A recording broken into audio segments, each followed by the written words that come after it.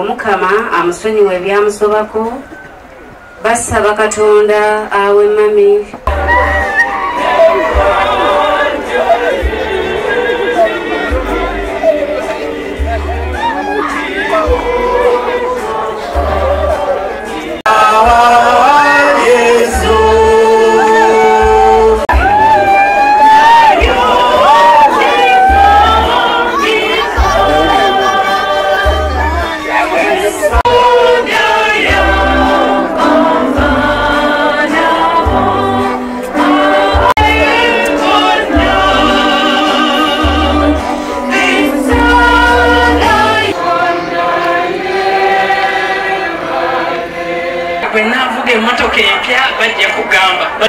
bajja kugamba baligamba ate bagamba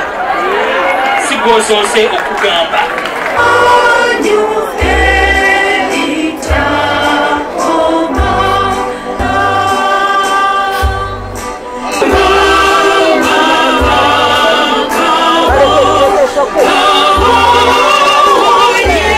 byonna obiyiseemu bulungi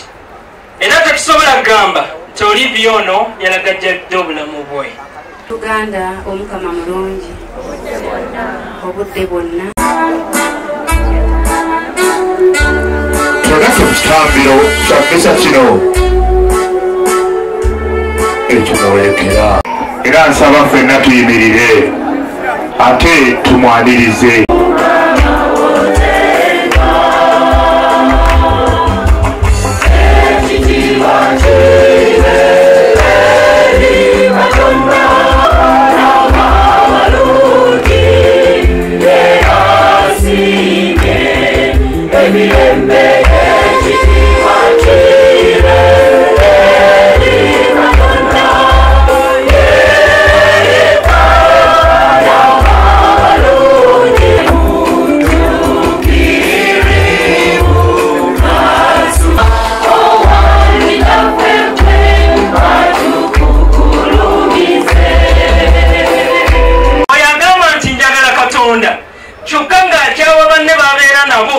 omuntu oyo mukuusa byonsoma bya bwereere bwe kibanga bembeera nabo bempangalira nabo balima empindi ku mabega nga sibaagaliza kirungi nga sibaagala nabo baveeyo babeere abantu ab'omugaso byonsoma bya bwereere musajja gwe mukazi gwe byonsoma bya bwereere bya bukuusa fayini osiiba ekimu kye ekyekumi okiwa esanda ogisoma olunaku lw'omukama essola tewali n'emu ekuyitako kati ate banno b'obeera nabo Yohana kyava atugamba nti no Olivia yafudde mu nfa oba oliawo etiisa kati gwe mukazi gwali wano Katonda omuwaaki okuzaala abaana abo bonna 7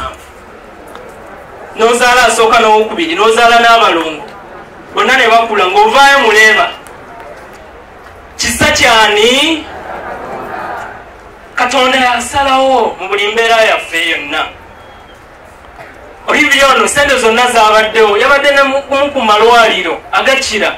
wano mu nsi yaffe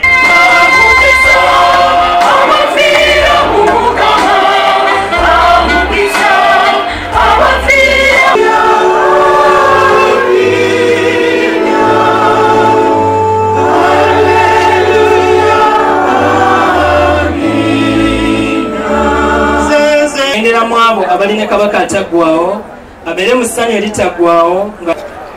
kitaka nsubuga aguli ebyemizannyo waali wano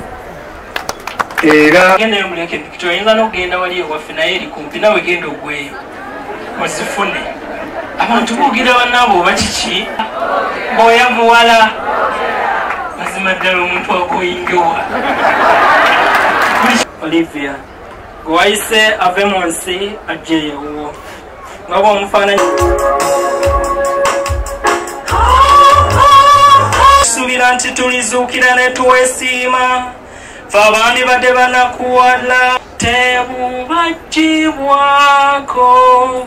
ennyumba y'ekisiro kino eky'oku nsi bwe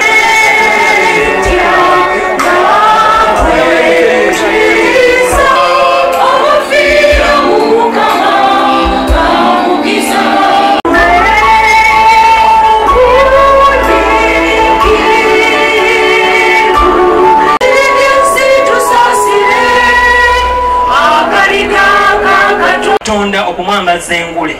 eyo etafuma engule eyo ey'obwakabaka muto bwendi nenga nzira okusobera kutumenyera fada wafe muzanye bulungi actually awo wegwakoma n'okukoma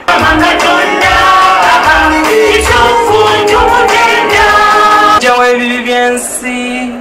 beesiimye abayitiddwa ku mbaga ya kaali pereza Katonda bonna banjabulira kale si musango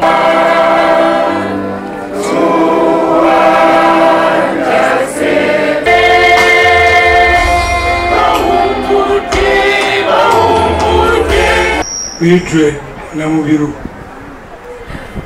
ngababulamu erinnya lyange olw'ebirungi byamuwa era byamukozesezza mu bbanga ettono. Twebaza abatuuze mwenna abalabirira Olivia nga muto wano, twebaza n'abo bayiseemu abamutuusizza watuuse. ekigambo kiri kimu kitalo ekya muwala waffe era njagala okwebaza abakungubazi mwenna abakukunavu mwenna mwebale tulinnyira mu musaayi abatuuze mwenna abatuyambye mu by'ensimbi mwebale nnyo mwebalire ddala wakubagumya nti temugwamu maanyi naye Omukama Katonda atutte Namubiru tukkiriza nti era yakola ki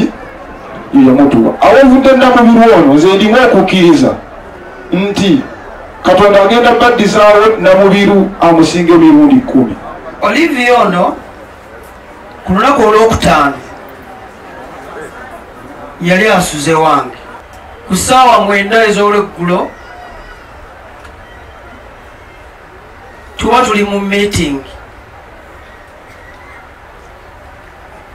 ng'akasimu kavuga nti oli ali waliwo embeera etali nki nungi era ffenna ngeri gye tubeera awamu twafuna okutya ne tupapa mangu nnyo paka mu ddwaliro ogenda okutuukayo nga oli ali mu mbeera etali nnungi naye ng'omwana ye amaze okufa gwazadde wabula nno obuvumu bwasooka ne butuula olw'okuba nti omwana yali amaze okufa nga buli omu ali mu maziga ne tugamba kati katusabe omukulu atereere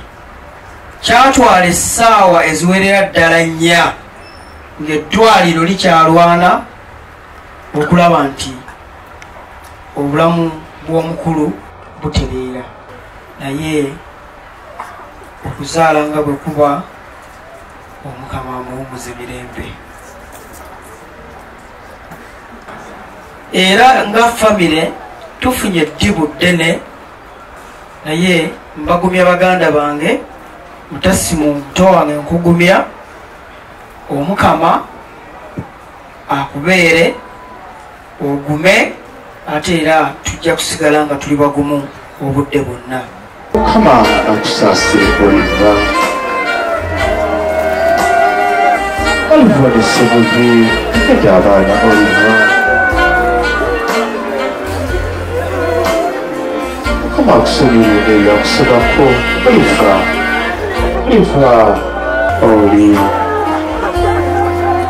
Olive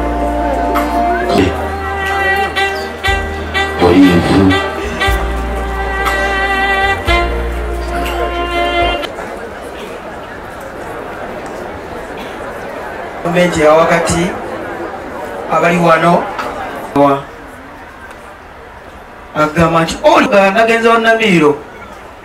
ku lwokutaano yali asuze wange era kwolwo olwokutaano saakeera nave wakazaali ssaawa 3 ne Naalongo Nanse Mukasa oli naye n'avaayo mu nnyumba n'agamba dokita obadde ogenze bale sikubuuzizza nako